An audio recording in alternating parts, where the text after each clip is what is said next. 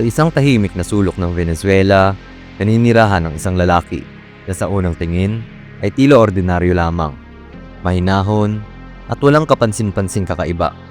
Ngunit sa ilalim ng kanyang tahimik na anyo ay nagkukubli ang isang madilim na sikreto na yayanig sa buong bansa. Siya si Jose Dorangel Vargas Gomez, mas kilala bilang El Comehente o ang tagakain ng tao.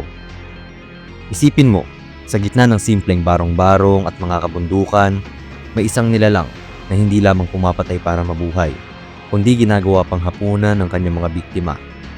Paano naging ganito ang isang tao? Ano ang nagtulak sa kanya upang maging halimaw sa anyong tao? Noong 1990s, sunod-sunod na nawala ang ilang kalalakihan sa bayan ng San Cristobal. Sa simula, inakala ng mga tao na simpleng kaso lang ito ng paglalayas o aksidente. Ngunit nang matagpuan ng ilang bahagi ng katawan ng tao sa isang ilog, ang iba ay nilutong parang ulam. Nagsimula nang magtanong ang mga otoridad, sino ang may kakayanang gumawa ng ganitong kahindik-hindik na gawain? Habang iniimbestigahan, napunta ang mga mata ng mga pulis kay Jose Dorangel. Pero sino nga ba siya? Paano siya naging El Comehente? At paano niya naitago ang ganitong klaseng kasamaan sa napakahabang panahon? Ito ang kwento ng isang tao na bumitaw sa moralidad, ng isang bayan na nalugmok sa takot at ng mga biktimang naglaho sa kamay ng isa sa pinaka-nakakatakot na halimaw sa kasaysayan ng Venezuela. Si Dorangel Vargas, na mas kilala bilang El Comehente o ang tagakain ng tao, ay isinilang noong 1957 sa isang mahirap na pamilya ng mga magsasaka sa Venezuela. Sa gitna ng kahirapan at simpleng pamumuhay, tila ordinaryo lamang ang kanyang pagkatao sa mata ng karamihan. Ngunit ang payapang anyo ay nagsisilbing pangtago sa isang madilim na bahagi ng kanyang pagkatao na magpapayanig sa buong bansa. Sa mga unang taon ng kanyang buhay, nasangkot na si Vargas sa mga maliliit na paglabag sa batas. 2 beses siyang naaresto dahil sa pagnanakaw. Mga manok at baka na ninakaw niya mula sa mga kapitbahay. Para sa marami, ang mga krimeng ito ay palatandaan lamang ng desperasyon ng isang taong gutom at naghahanap ng paraan upang mabuhay. Sino ba naman ang gustong mamatay sa gutom? Pero hindi magtatagal ay lalala ang mga kaya niyang gawin para gamutin ang kanyang gutom. Ang ikatlong pagka-aresto niya noong 1995 ang nagbunyag ng mas nakakakilabot na kwento. Pinatay ni Vargas si Baltasar Cruz Moreno, isang lalaking sa hindi malinaw na kadahilanan ay naging biktima ng kanyang galit at kagutuman. Hindi lamang niya pinatay si Baltasar, kinain niya ang katawan nito. Ang karumal-dumal na krimen na ito ang naging dahilan upang siya ay ipadala sa Institute of Psychiatric Rehabilitation Peribeca, isang pasilidad na nakalaan para sa may mga malalang problema sa pag-iisip. Ayon sa mga ulat, sa panahon ng kanyang pagkakakulong doon, ipinakita ni Vargas ang isang anyo ng normal na tao. Wala siyang ipinakita na kakaibang kilos na magpapahiwatig ng panganib. Dahil dito, pinalaya siya makalipas ang ilang panahon na parang isa lamang ordinaryong tao na nagkamali. Ngunit ang kanyang paglaya ay nagsilbing simula ng mas madilim na kabanata sa kanyang buhay. Pagbalik sa kanyang simpleng pamumuhay bilang isang palaboy, si Vargas ay muling bumalik sa kanyang dating ugali. Ang tahimik na pangangaso, hindi ng hayop, kung hindi ng tao. Sa mata ng lipunan, isa lamang siyang mahirap na nilalang na nangangailangan ng awa, isang pulubi. Ngunit sa ilalim ng maskarang ito, nagtatago ang isang halimaw na naghihintay ng pagkakataon upang muling magpakawala ng lagim. Tinatayang nagsimulang manghuli ng kanyang mga biktima si Dorangel Vargas sa pagitan ng Nobyembre 1998 at Enero 1999. Ang panahon ng kanyang lagim ay maikli, ngunit makapanindig balahibo sa bangis at brutalidad. Isang palaboy na walang tahanan at masusing plano. Ginamit niya ang mga simpleng kasangkapan bilang armas ng kanyang kalupitan.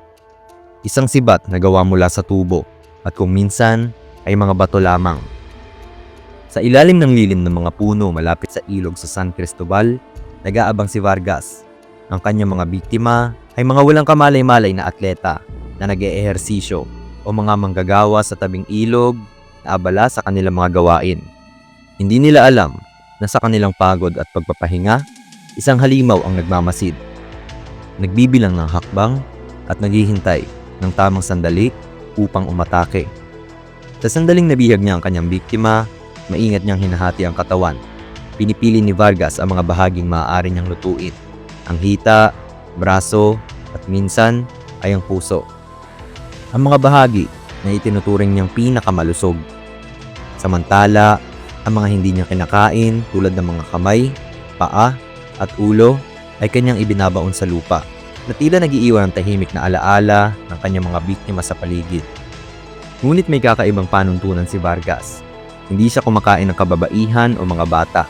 Nang tanungin kung bakit, sinabi niyang masyado silang malinis o sagrado upang kainin, na parang nagbibigay ng sariling moralidad sa gitna ng kanyang karumal-dumal na krimen.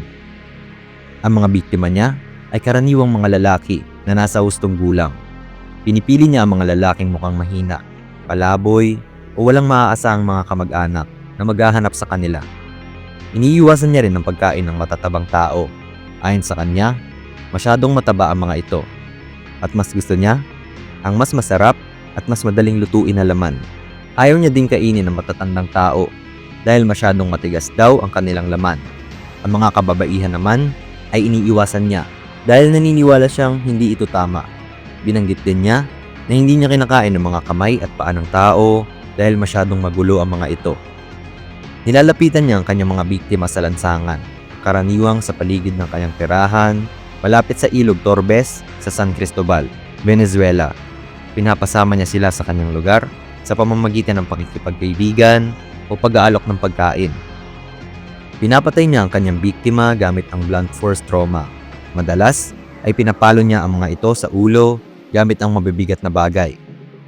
Matapos ang pagpatay, mabilis niyang dinadala ang katawan sa kanyang tirahan, kung saan isinasagawa niya ang pagputol at pagluluto ng mga bahagi ng katawan. Ginagamit niya ang mga karaniwang kagamitan sa kusina upang putulin ang katawan. Kinakain niya ang mga malambot na bahagi ng katawan tulad ng atay, baga at puso.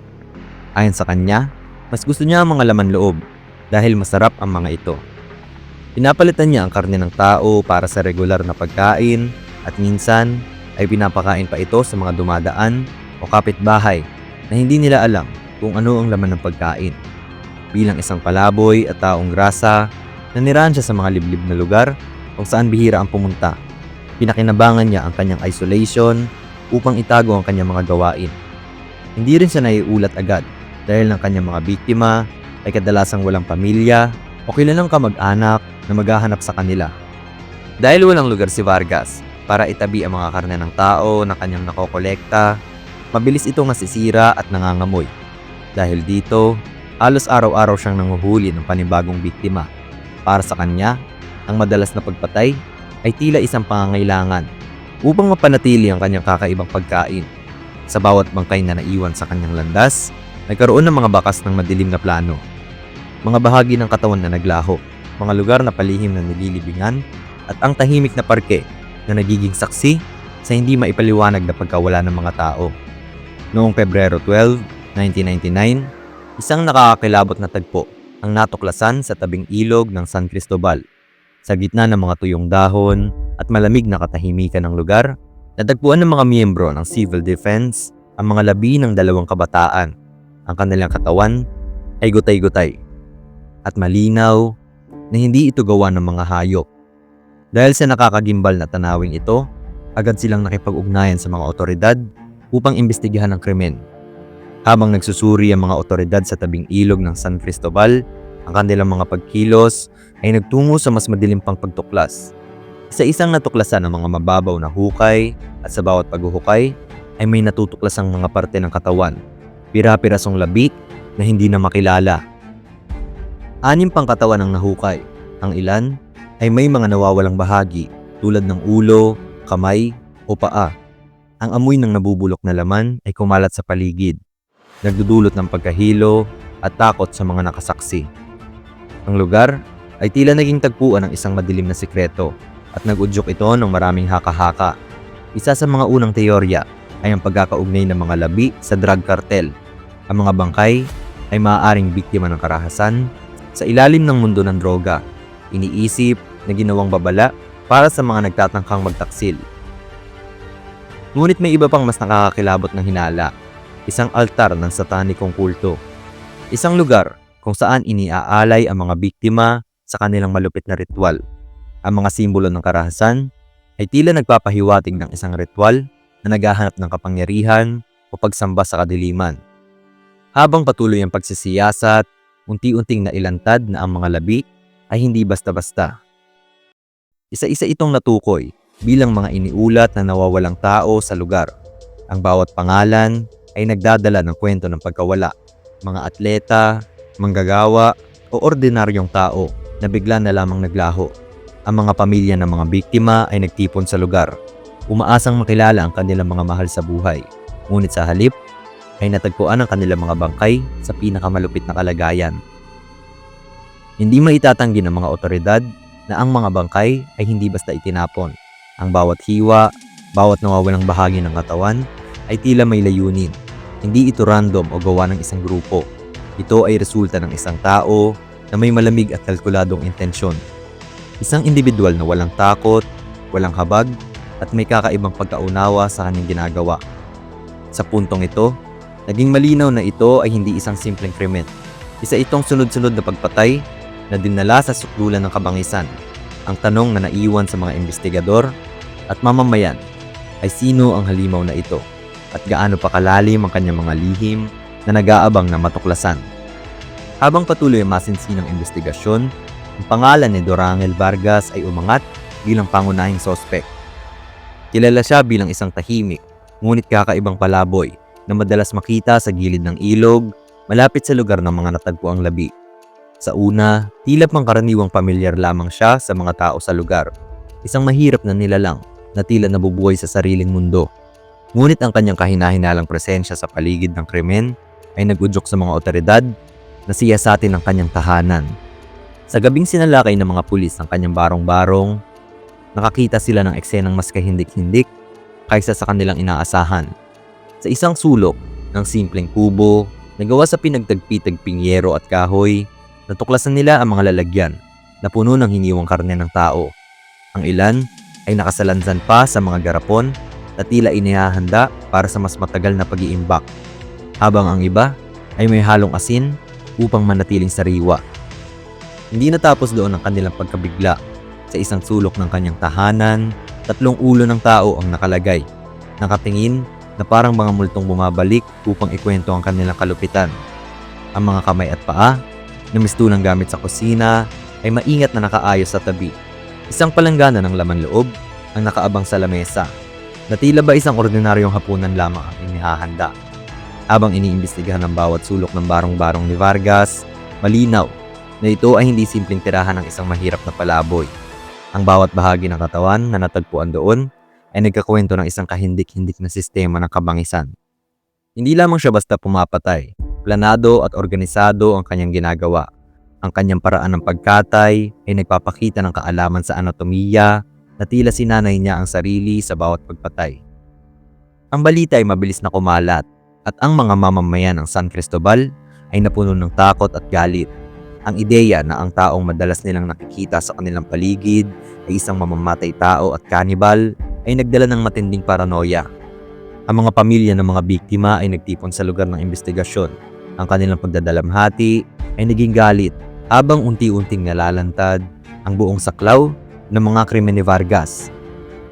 Ang komunidad ay nagising sa katotohanan na ang isang halimaw ay matagal nang nakatira sa tabi nila.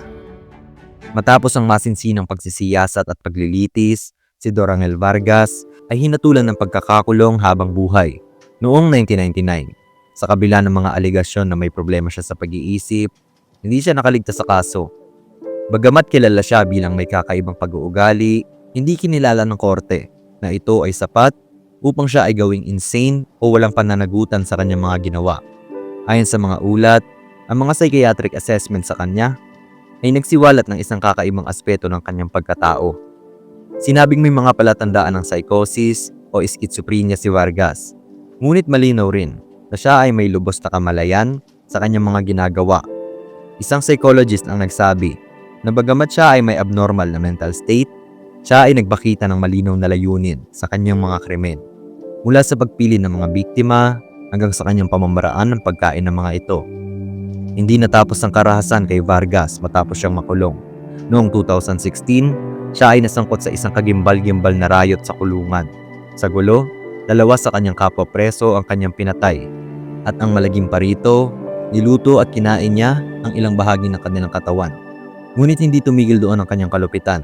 Ang ibang bahagi ng katawan ng kanyang mga biktima ay inihain niya sa iba pang preso na hindi nila agad napagtanto hanggang sa bandang huli. Ang riot na ito ay nagdulot ng malaking iskandalo, hindi lamang sa kulungan, kundi pati na rin sa buong Venezuela. Nagdulot ito ng tanong tungkol sa kondisyon ng mga bilangguan sa bansa at kung bakit patuloy na nagagawa ni Vargas ang ganitong uri ng karahasan kahit siya ay nasa kustodiya na ng mga otoridad. Dahil sa riot noong 2016, inilipat si Vargas sa isang mas mahigpit na kulungan kung saan siya ay nakahiwalay sa iba pang mga preso upang maiwasan ang muling pag-ulit ng kanyang mga krimen. Ngunit sa kasalukuyan, si Dorangel Vargas ay nananatiling buhay at nakakulong. Ayon sa mga ulat, siya ay nagpakita ng kakaibang pakikitungo sa loob ng bilangguan. Ipinapakita niya ang kawalan ng pagsisisi at tila wala siyang balak na itanggi ang kanyang mga ginawa. Ang mga bantay at kapwa preso ay nananatiling maingat sa kanya sapagkat siya ay itinuturing na isa sa mga pinakamapanganib na bilanggo sa Venezuela. Hanggang ngayon, ang pangalan ni Dorangel Vargas ay nananatiling nakatatak sa kasaysayan ng mga pinakanakakakilabot na kriminal. Ang kanyang kwento ay hindi lamang isang kwento ng karahasan, kundi isang paalaala rin sa madilim na bahagi ng kaisipan ng tao. Isang bahagi na hindi kayang abutin ng ordinaryong lohika o moralidad.